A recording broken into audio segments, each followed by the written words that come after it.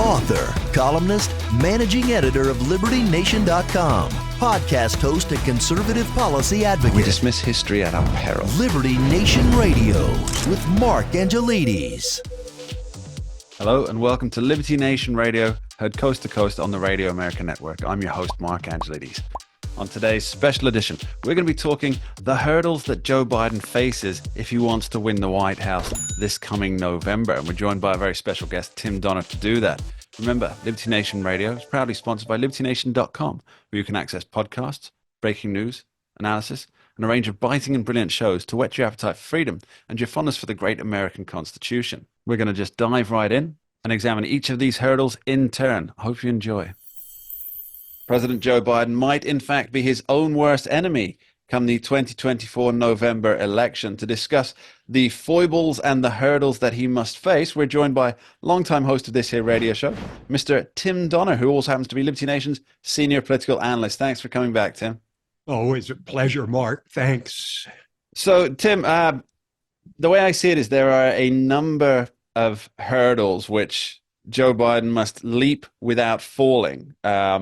Let's bear in mind he does have a propensity to fall, which we shouldn't hold against him. But these particular hurdles are not physical ones as such, but more political and ideological constraints in that term. Now, I think the first one for me, Tim, is that since really mid-2023, Joe Biden and all of his team have been touting this miracle cure for all that ails the American economy. That's Bidenomics.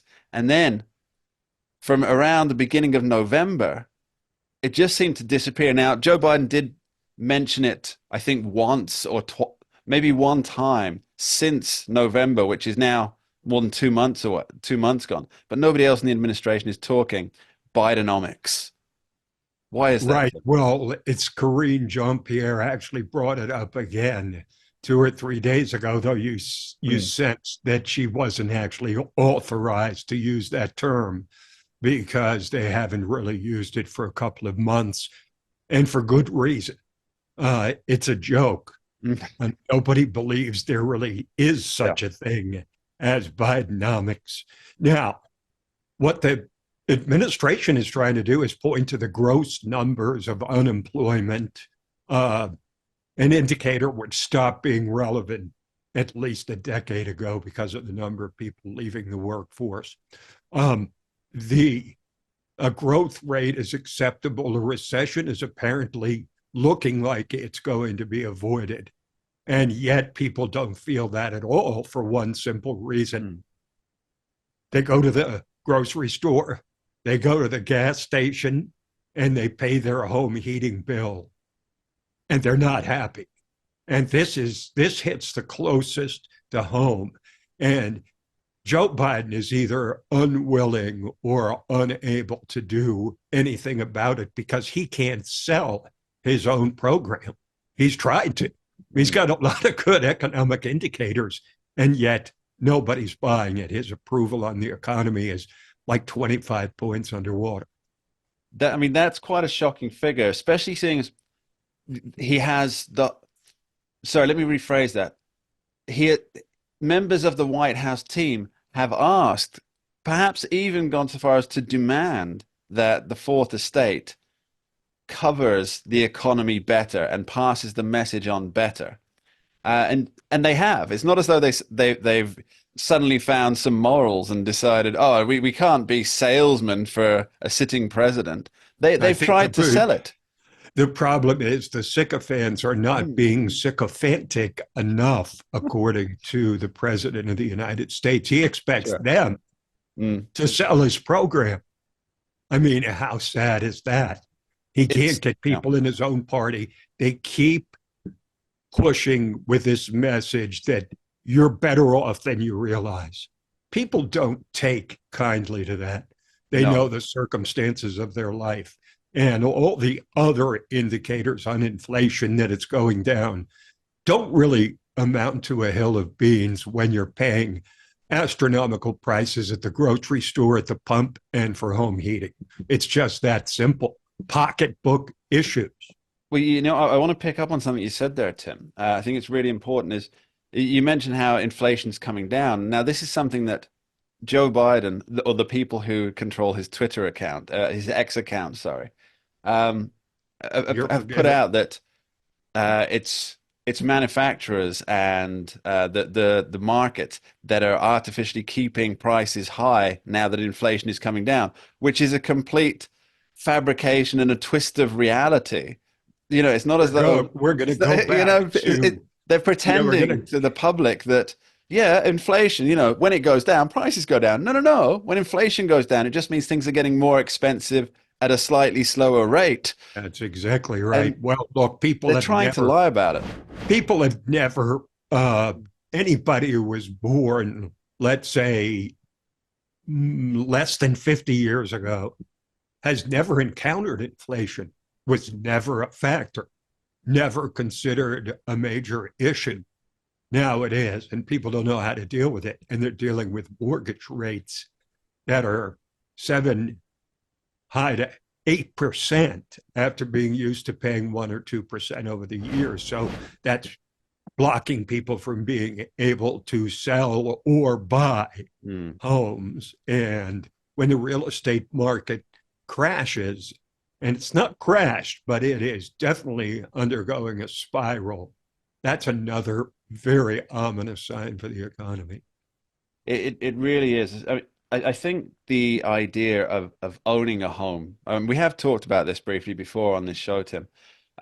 It's really the idea that you can have your little plot of land and you own it. That's the American dream, right? And then that you're safe and it's not going to be taken from you by some military junta or uh, socialist communist uh, leader Dictator. dictator who decides that well private property well that's just exploitative, which happens more often even in the modern world than you might think. In other uh, words, property is theft. yeah, That's yeah. their view. Property is theft. Nobody should be allowed to own anything privately. I wonder how many people that are out there, demonstrating for Hamas and calling against an Israeli genocide are even aware of any of these facts. I Very suspect few, not. Tim. But back to the point there is that owning your home, having your castle, as we might say in England, you know, every man's home is his castle. Owning your Yes. own castle, and yes, I am giving some people out there in the back 40 some ideas about castles. Um, that's the American dream, right? You have your home, you can raise your family there, maybe grow a couple of vegetables on the back, you know, just off the back porch. That's Well, not happening anymore.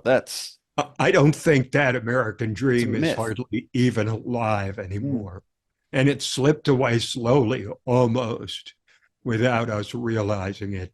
And I think the word for the economy now may be depressed. People are depressed about how many stories I've heard from people who have taken their groceries, brought it to the checkout counter, and had to put 3 or 4 items back because it was so expensive. That reflects directly on the president, and so does a high price at the gas pump, which has come down. But again, they're trying to take credit for bringing down something that they created. Yeah, yeah. I think of the Liberty Nation cartoonist Tom Stiglitz, who is just so immensely talented. And the first cartoon he did from us was Joe Biden saying, "Elect me to a second term, and I will fix all the problems I created in the first term." Yes, that still remains one of my favorite Tom Siglitz Yes, cartoons. I agree. But yeah, it's very much the Big Brother party line, isn't it, from George Orwell's 1984, where he's asking them to believe the two contradictory things, like, oh, we're increasing chocolate rations to 15 grams when the week before it was 20 grams. And you know, the party believers, they go, oh, isn't that wonderful? The party's increasing us by 5 grams. Ah, yep, People are ruled by rhetoric, right? there's a If you fact. if you package something correctly, you can convince an awful lot of people who don't have in-depth knowledge of any particular issue, right? Well, let's see if we can continue that rhetoric talk when it comes to the border. Tim Donner will be back right after this break. Listeners, don't go anywhere. We dismiss history at our peril. Liberty Nation Radio with Mark Angelides. Welcome back to Liberty Nation Radio. We're continuing once again with longtime host of this here radio show, Mr. Tim Donner, who earlier in the show we were talking Bidenomics, the Biden economy, and the spin machine that governs that particular turn of phrase. But Tim, I also want to go to another turn of phrase that we've heard quite often during this administration that again belies belief, and that is that the U.S. border is secure. Tim, your thoughts? Well, I think the thing that people object to, and let's be clear, for the longest time, I thought that this would not become a major issue because the elite media refused to cover it. For the longest time, Fox News and some conservative outlets were the only one to cover it. But now it has entered the bloodstream of the American public to a degree that immigration in the latest poll is listed as the number 2 issue. And I don't even need to tell you that that's not an issue that's going to favor Joe Biden. And I think the problem that people have with his policy or non-policy at the border is that they know he can fix it. They know it can be addressed successfully because Donald Trump did it. And they know, consequently, that what Joe Biden is doing is selling out to his radical base that wants open borders, that wants people to be able to come in willy-nilly. They won't say it, but their words don't say it, but their actions do. And so this is an enormous problem, again, because the average person looking at this as the second biggest issue is feeling the same kind of cultural insecurity as the financial insecurity they're feeling when they go to the supermarket or the gas station. So that kind of insecurity is not going to bode well for Joe Biden, and he seems at a loss to know what to do. He's crippled. He's tried to make a few moves. Too little, too late. His legacy is going to be that by far the most illegals crossed the border during his presidency than any other time in the history of the United States. Yes. There's something quite interesting, I think, in the people who want the open borders, because you pointed out that there's this far left, let's call, I'd say the progressives, but there's also some liberals in there, I guess, as well, who think open borders is fine. You know, a border is just a line on a map. But they're hand in hand with they have the same opinion on borders as big corporations. And now these corporations who are lobbying, who are spending a lot of money there, these are such strange bedfellows that I think Joe Biden's kind of stuck in the middle of the two of them. So he wants to use the rhetoric of the left to be the progressive crusader, but at the same time he has to kowtow to the business people who want more labor, because the reality is that the more uncontrolled immigration you have, it depresses wages for people at the bottom. And what it does too, politically, is it creates a civil war between two of the most significant constituencies, arguably the two most for the Democrats, which is Hispanics and blacks. And you see that happen in Chicago when community leaders on the South Side and in other predominantly black communities were saying we're being shoved out for the sake of these immigrants who are being treated better than we are. And there's no place left to go. I mean, ever since they started sending them north, these cities are being overrun. So this is another issue, for example, for New Yorkers is, look, Trump's not going to win New York, but you can be sure that New Yorkers are perplexed at best, displeased is more accurate, about all these illegals that are being pumped into their city. And Sure, the ones that haven't already left for Florida. right. The one, And causing the mayor to have to dedicate, in a very tight budget, having to dedicate enormous amount of funds to housing, feeding these illegal immigrants, none of whom do we have any idea who they are, where they came from. They can say anything in terms of what they've done, what they haven't done. They don't come by any sense looking qualified to be a productive member of the American community. well, There's on so many levels, Yeah. it's a disaster for Biden. There's the key thing, isn't it? I think everybody's for regular immigration. I can't think there are many people that are against that. But the I think idea it's that not only good. I think it's necessary. You have to have fresh blood pumped in. And what I've found over the years, Mark, is that people that become naturalized citizens that are born elsewhere and become citizens here become much better citizens than the people that are born here, because being an American now has value as opposed to just being something you're born into.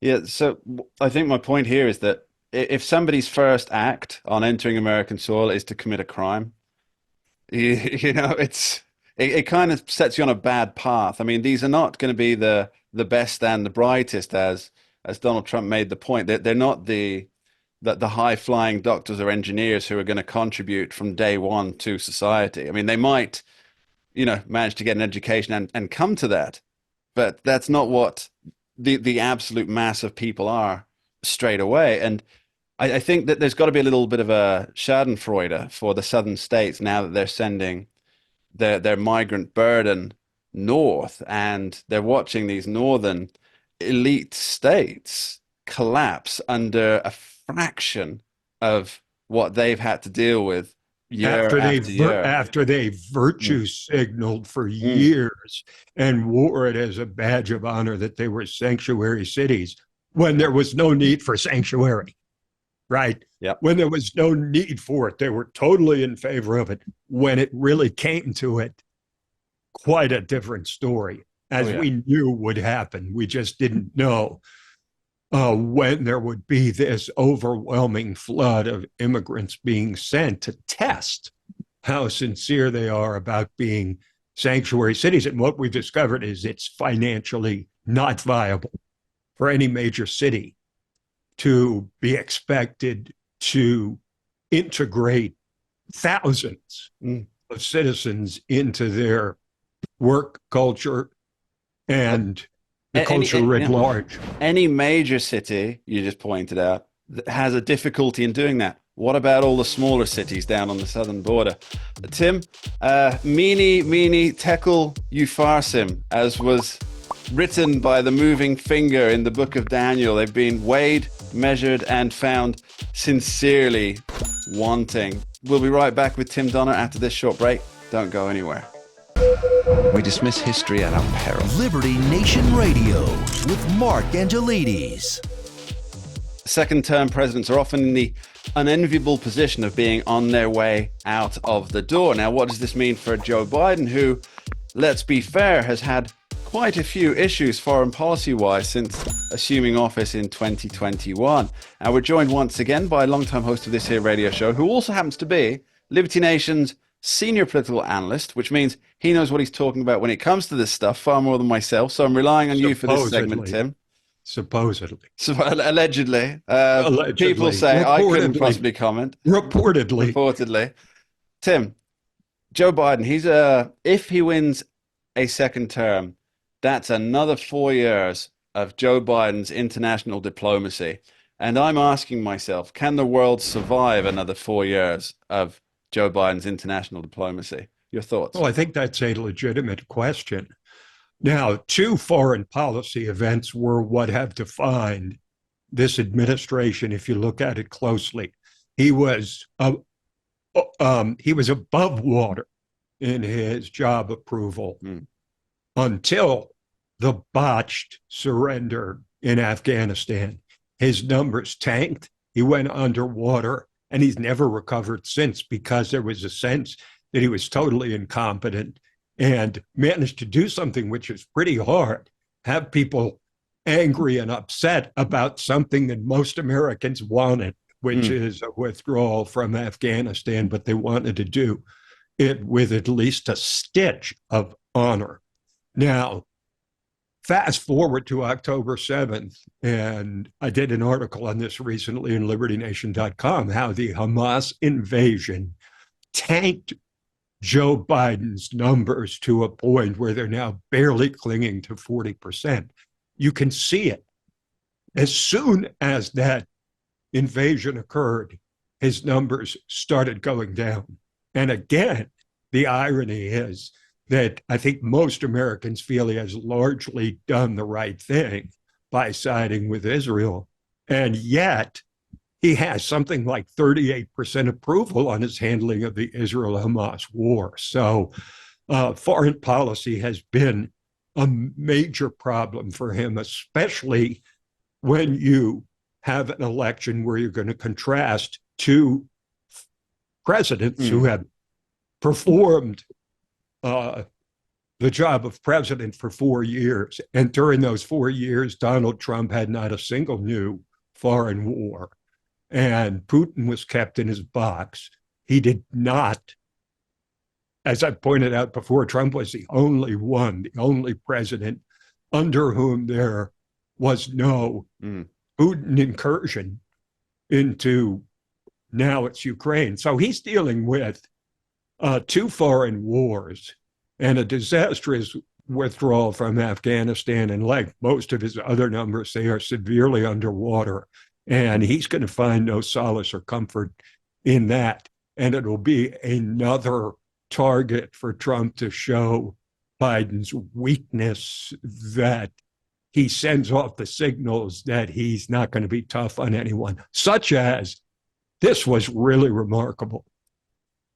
When, as soon as Trump left office and Biden took the oath of office, the Russians started lining up troops on the Ukrainian border. And Biden did nothing. And then they asked him, well, what are you going to do if he invades?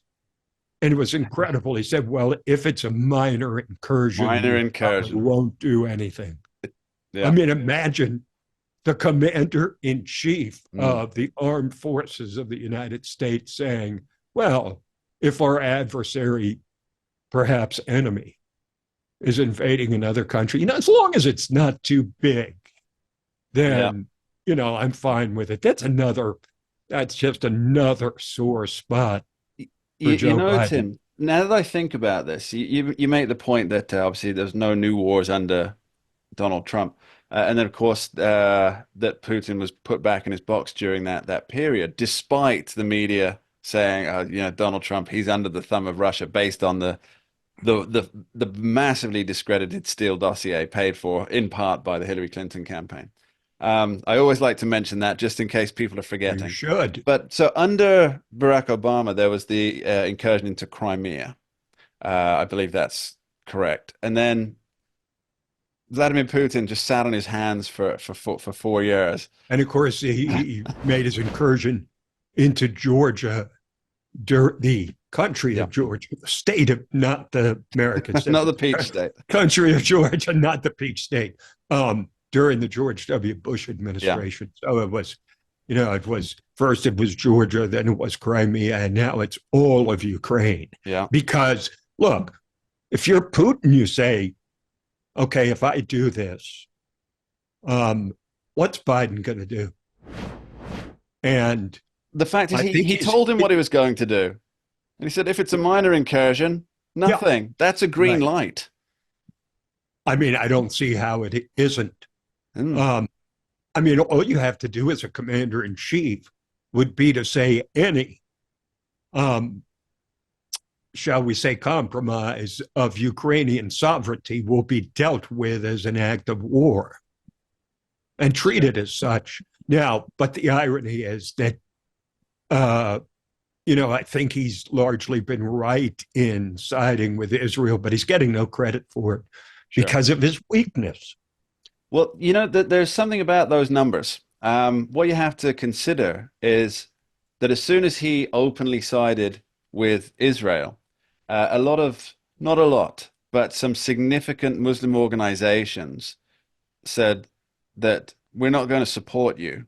We're pulling away from you because you're siding with Israel on this. You're not calling for an immediate ceasefire. Not to mention the Squad. Not to mention his own radical left in his own party. So you had him just above 40 or hovering around 40-ish. And then he sides with Israel, which, as you say, I think history's going to look back at this the right decision to side with Israel on this. It's not a hard decision. Yeah, but to side with Israel against a terrorist organization, humane terrorist organization it's a death cult. So there's that Israel or death cult. Let's see which one. Israel there's that or death cult. There's that percentage of voters who do support Hamas, who support Palestine over Israel, no matter what Hamas does. And they are not giving their support to Joe Biden. And that's a significant minority. And here's the thing. In the past, most of these kind of internal divisions get papered over because of the larger cause of defeating Donald Trump or whatever Republican it was running in the past. But now, this is an issue that is so emotionally explosive. I don't see these radicals on the left who hate Israel and hate Jews and believe that Israel should be overrun from the river to the sea. I don't see those people saying, well, we'll support Biden anyway in the end. They probably won't vote. And that's, look, I'd say 20% of the Democratic Party is far left progressive, maybe more than that. So there's not only no enthusiasm on the far left for Biden, but now there's palpable anger that he's a sellout establishment figure, which ironically is what he ran as in 2020. He said, I'll return us to normalcy. Well, if this is normalcy, I think I'll take chaos, maybe. So one final question for you, just a quick one on this subject. Will Joe Biden, as presidents often do in their second term, try and expand his foreign influence? And are people quaking in their boots about that? Well, most presidents in their second term, the best example would be Jimmy Carter in his one term, as it turned out, and Bill Clinton in his second term, working on Middle East peace. Most presidents in their second term, or if there's a doubt that they're not going to be reelected, try to leave a legacy revolving around foreign policy. Yeah. The Israel-Egypt Accords were the high point of the Carter administration, and Bill Clinton did everything in his power to bring Menachem Begin and Yasser Arafat to agreement, and he actually offered more than Yasser Arafat was asking for originally, and Arafat still turned him down. So you see that they want the issue. They want to be able to continue to hate these people and let's be clear too, envy them, because Israel has taken a worthless plot of sand 25 square miles wide and turned it into a thriving democracy, which is something that these Arab states hate. They hate the fact that these Jews and this Jewish state have been so successful. Yeah, those kings and princes are pretty bitter about it. Tim Donner will be right back after this short break. Listeners, don't go anywhere. You're going to love the next segment. We dismiss history at our peril. Liberty Nation Radio with Mark Angelides. Welcome back to Liberty Nation Radio. I'm your host, Mark Angelides. We're joined once again by Liberty Nation's senior political analyst and longtime host of this here show, Mr. Tim Donner. Earlier in the show, we've been talking about the various hurdles that Joe Biden has to leap in order to get back to the White House for 2024 election.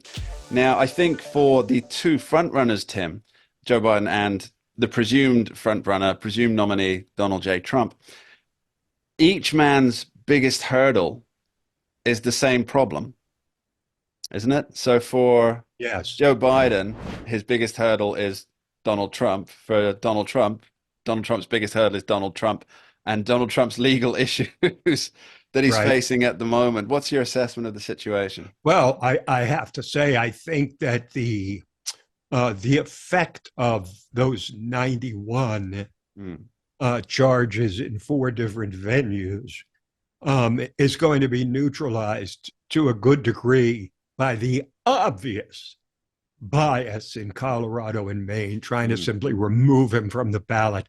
I mean, except for people that are never Trumpers and believe that in a constitutional republic, it's fine to do anything you can to take someone out who you personally consider to be a danger to the republic.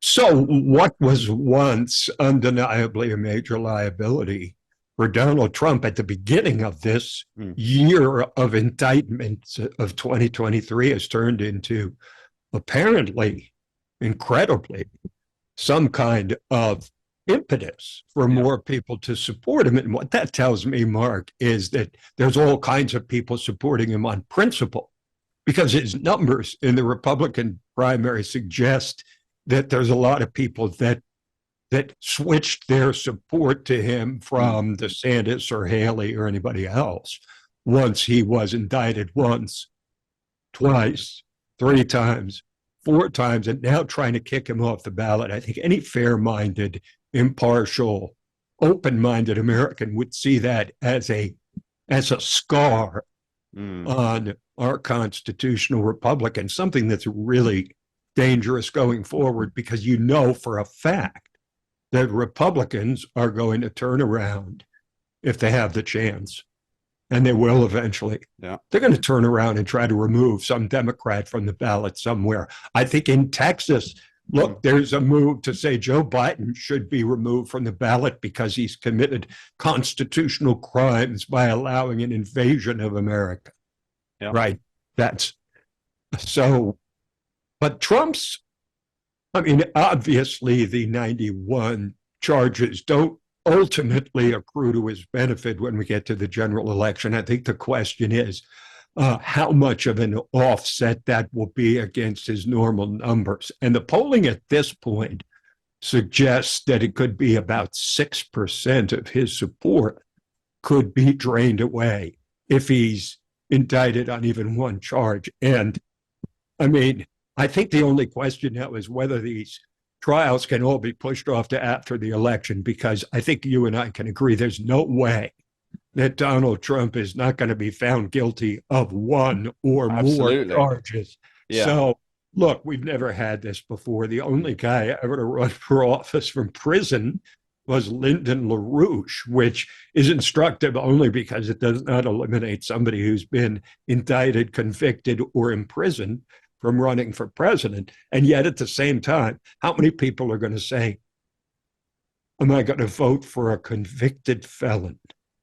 Even if I think there's so much political bias involved in these prosecutions. Tim, in this era of narrative, which is, I really feel we're in an era where narrative is paramount to everything. And perhaps we always have been, but I'm feeling it very particularly much now. false narratives, conflicting narratives. Yeah, yes. But there's this idea that's floating in the back of my head that if Trump is convicted, there's no way he doesn't try and frame the narrative. His team doesn't try and frame the narrative that he's another Nelson Mandela and he'll come out and he'll reunite the country. And here's the other thing. It's going to happen. Well, look, we're ignoring sort of an elephant in the room, which is another thing that's going to neutralize all these charges against Trump, is the fact that people are now convinced in a majority that Joe Biden is dishonest, unethical, or downright crooked. And you know for a fact that the Republican Congress is going to keep unleashing all kinds of new evidence of Biden family crimes. I think the total right now is about $20 million in foreign cash that he and his family received. And they're going to focus on Joe Biden, not Hunter. You use Hunter as the intermediary. So that has to neutralize things a lot, because Trump can get out there and say, well, you think this is bad? Look at this influence peddling. Yeah. This is exactly why I ran for office, to get rid of this high elite crime that basically has taken over the central government, where people come in poor and leave rich, where Joe Biden, as a senator with a salary of what, 300,000, owns, 4 homes, maybe 5. I mean, this is the kind of thing that Trump ran against. And now he's got Exhibit A, doesn't he? Yeah. It's funny, isn't it, that the 2016 Donald Trump slogans are about to be revitalized in such a way, but with a fresh new sheen to them. So drain the swamp. I mean, he doesn't have them, but the Republicans in Congress are exposing the Biden family money trail. Whether that leads to a crime or not, I don't know yet. But they're exposing this money trail that certainly raises questions. So Donald Trump's old phrase of drain the swamp, I mean, that's as relevant today as it was, if not more so. And build the wall with the greatest number of immigrants crossing into the country. All the issues. All build the wall, issues. Drain the swamp. It's all coming. Lock her up. That's the only one we're missing, right? Lock him up, and it'll be empty the swamp instead of drain the swamp, because there's no question he'll make major executive branch reforms, and the civil service is shaking in their boots, because he's going to populate it with more of his kind of people instead of faceless autocrats, not autocrats, sorry, bureaucrats. Faceless functionaries that make major decisions without having to suffer any consequences for it. So there's no question that's going to happen. But all the issues, from foreign policy to the economy to crime to the border, everything, including outright official corruption in the form of obvious influence peddling with hard evidence. In other words, there's hard evidence that they have on this. It's not speculative. It's hard evidence. And I think it's going to put any sheen, it's going to wipe out any sheen that Biden may have for being a good guy, right? Who's just trying to stabilize the country. It seems to me that Joe Biden has to try and replace his empathetic good guy image with something. What do you think that will be, Tim? It's not possible, because he's too old to change, and he's too addled to be able to even sell his own program. So to ask him to try and be something he's never been when he's so far over the hill, unrealistic. Tim Donner, thanks ever so much for being with us on today's special edition of Liberty Nation Radio. Always a pleasure, Mark. And that's about all we have time for on this week's edition of Liberty Nation Radio, heard coast to coast on the Radio America Network. I've been your host, Mark Angelides. I'd like to take a moment to thank our special guest for this show, longtime host of this here radio show, Mr. Tim Donner. And of course, thank the listeners, you guys out there, for tuning in each and every week. We appreciate you. I'll leave you with one final thought, courtesy of C.S. Lewis, who said, "The door to hell is locked from the inside." And I think it's worth remembering that all too often we put ourselves in the positions of difficulty that we find, and that's never more true than for our current crop of politicians. Thanks for listening. We dismiss history at our peril. Liberty Nation Radio with Mark Angelides. Don't get caught up in the media madness. Join our movement for free thinking and free speech at libertynation.com. publishing news and analysis 24/7 with original articles by our team of authors who tell it like it is. Join us each week for online TV shows, The Uprising Podcast, and Liberty Nation Radio. We believe in free thinking and free speech. We are LibertyNation.com.